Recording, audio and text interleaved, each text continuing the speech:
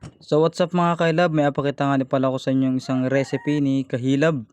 Yun ay gulay na puso at ayan lang ang mga sangkap, itlog, sili, bawang at sibuyas. At so ayan, umpisa natin sa paggayat mga kailab. Simple lang ito, kaya naman sa mga walang maisip na pang-ulam dyan at walang budget, kumbaga low budget, ito na po ang solusyon dyan mga kailab.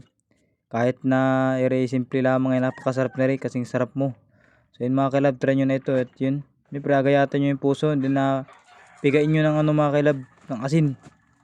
Pigain nyo ng kamay, lagyan nyo ng asin para naman yung katas lumabas. At yung katas na yun ay atapon nyo pag napiga at yun ay madakta. Yun yung dakta ng puso at ayan. Din pagtapos nyo, siyempre separate na kayo ng mga panamya. Ganun lang kasimple mga kailab. Gayat lang kayo ng mga panamya para naman yung alutuin nyo ay may kaunting aroma kung tawagin. At so yun, sinama ko na rin ng kaunting sili yan mga kailab para naman may kaunting kiliti yung aking luto. So yun, kaunting mantika lang, bali use oil pala ang ginamit ko dyan mga kailab.